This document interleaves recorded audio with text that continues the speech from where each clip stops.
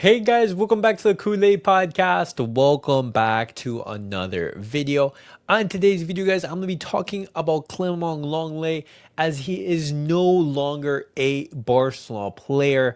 Barcelona and Clément Lenglet, they have both parted ways and they are no longer contracted together. We're going to be talking about the contract situation and what is in store for Clément Lenglet's future.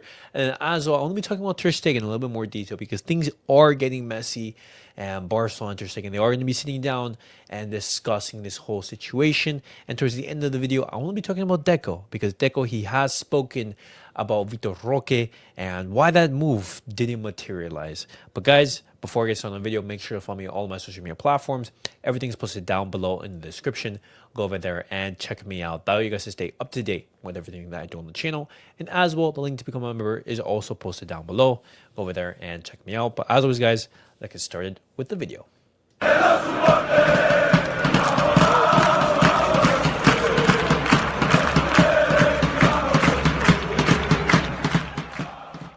All right, guys, let's get started with the video and let's talk about Clément Lenglet as he is no longer a Barcelona player and he is permanently joining Atlético Madrid until 2028. He has a contract with them until 2028. Barcelona and Lenglet, they have mutually agreed to terminate the contract. I want to give credit and respect to Clément Lenglet. He has actually waived, the final years, the salary in those final years of his contract. And when you look at the figures that are being mentioned, guys, it's absolutely ridiculous. Clément Lenglet, he was going to be earning 16 million euros net per season, which is absolutely crazy. Having those wages off the wage bill is so crucial for Barcelona as it makes room for FFP, rooms for signings this summer. It gives Barcelona room to maneuver in regards to transfers. It gives us more spending power and wages and everything like that.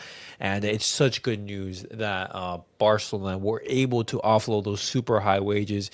When you look at Clément Lenglet's, time at Barcelona, it wasn't successful. If we're being honest, he came from Sevilla. He wasn't really able to have the impact that we did want to. There was a lot of hype coming alongside him.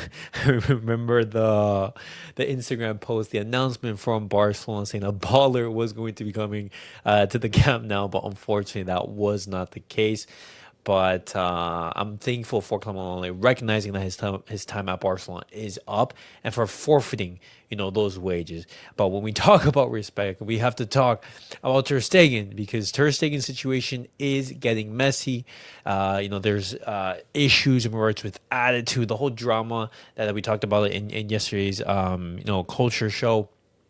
Omar, he was streaming that and I was able to redirect it towards this video. If you guys haven't seen it, go over there. We talked about the Ter Stegen situation in a little bit more detail, but the situation with Ter Stegen is messy. And so Barcelona and Ter Stegen, they are planning to meet in order to discuss the situation. Ter Stegen, he wants to talk about the whole situation before he goes on vacation. And right now, the conversation hasn't taken place. We don't know a specific timeline, but that is on the board. Marca, they have reported that Hansi Flick and Deco alongside Ter Stegen, they will be meeting in order to understand the situation and just basically to finalize, hey, what are we going to do? And Ter Stegen's stance is clear. He does not want to leave Barcelona. And if he is to leave Barcelona, he wants his entire salary of 42 million euros to be paid upfront to leave the club. His contract runs out in 2028, meaning that Barcelona would only have to pay him 1 year salary to terminate his deal. But that's absolutely crazy that he's asking for that much. Barcelona, they only want to pay him that 1 year salary. I apologize if I said he only has 1 year in his contract. No, he has 3 years until 2028. Barcelona only want to pay him 1 year of that salary, but he wants, all for the rest of the contract. That's absolutely ridiculous. You see what Clément Lenglet just recently did. He basically forfeited and waived the remaining of the salary, trying to end off on good terms with Barcelona, but Ter Stegen is doing the complete opposite. And when we talk about teams that are interested in him, teams such as Galatasaray and as well as AC Milan, they are both interested in the German goalkeeper, as Fernando Muslera from Galatasaray is leaving from Galatasaray, and Maignan, he is going to be heading towards Chelsea. And so with those two clubs having their starting goalkeeper leave, Ter Stegen is an option for them. And so Barcelona, they're going to have to sit down and, discuss the situation with Ter Stegen because he is now going to be the starting goalkeeper. Joan Garcia set to be announced relatively soon. He's going to be the number one. And Szczesny, calm, no fuss figure in the dressing room, is going to be the number two. And so with that, Ter Stegen, he just doesn't have a spot at Barcelona. But it's absolutely crazy that he's going to be demanding his full salary to leave. That is not going to happen. And so it's going to get messy from further out from here, but let's see what happens. And the last piece of news I did want to discuss with you guys today is in regards to Vitor Roque and Deco, because Deco, he spoke yet again. The Deco has been having a lot of interviews recently, over the past weeks. He talked about Vitor Roque. He talked about why the signing didn't succeed, and he started talking about and he says, we didn't get the concept wrong, because Robert Lewandowski was 34 or 35 years old at the time, and we were already thinking about his replacement for the future. That's why we signed Vitor.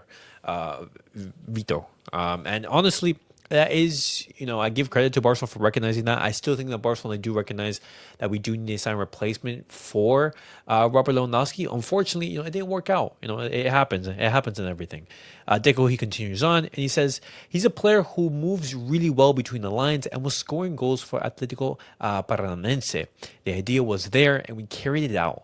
Later on, things might or might not work due to many factors. Some you can control and others you can't. He says both of them came in Brazil.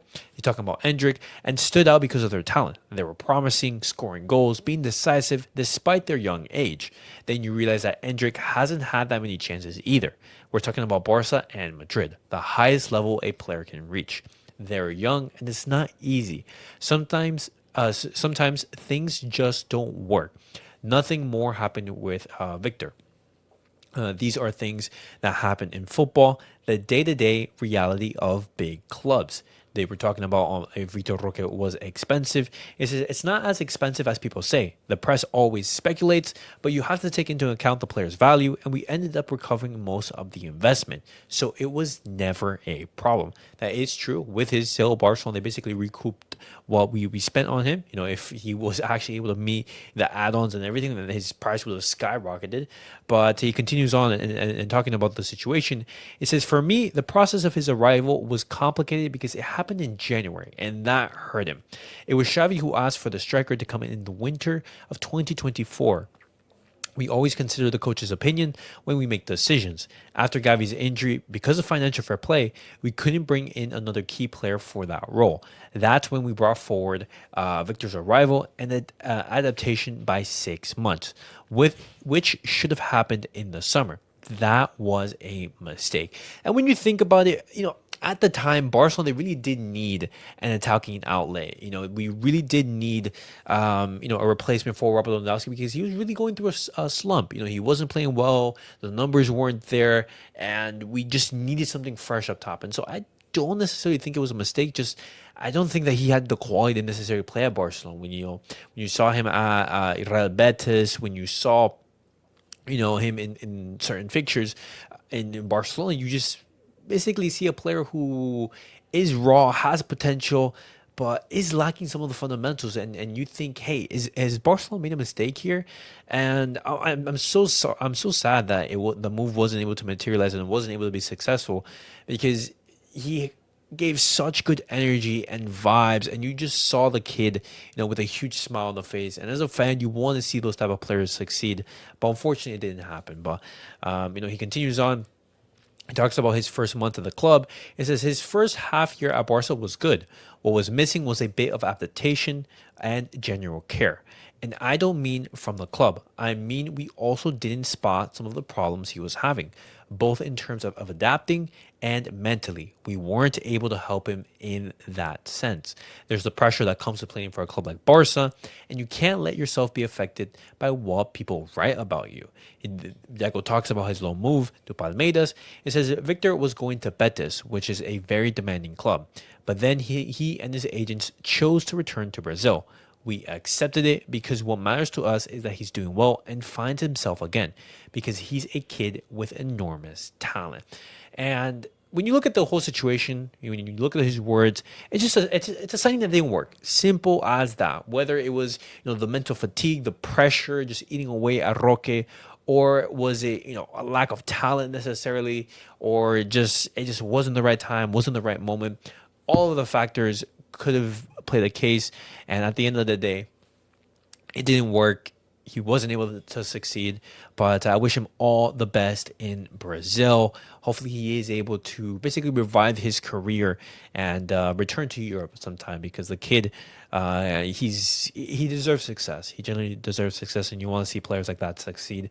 But I want to hear your guys' thoughts down below in the comments. What do you guys make of those words from Deco? What do you guys think? Was the reason why Roque wasn't able to succeed at Barcelona? Was it his talent, his work rate, his attitude? I want to hear everything down below. And as always, guys, let me know what you guys think of everything that I discussed in today's video, and I'll catch you guys all in the next one. Peace out, guys.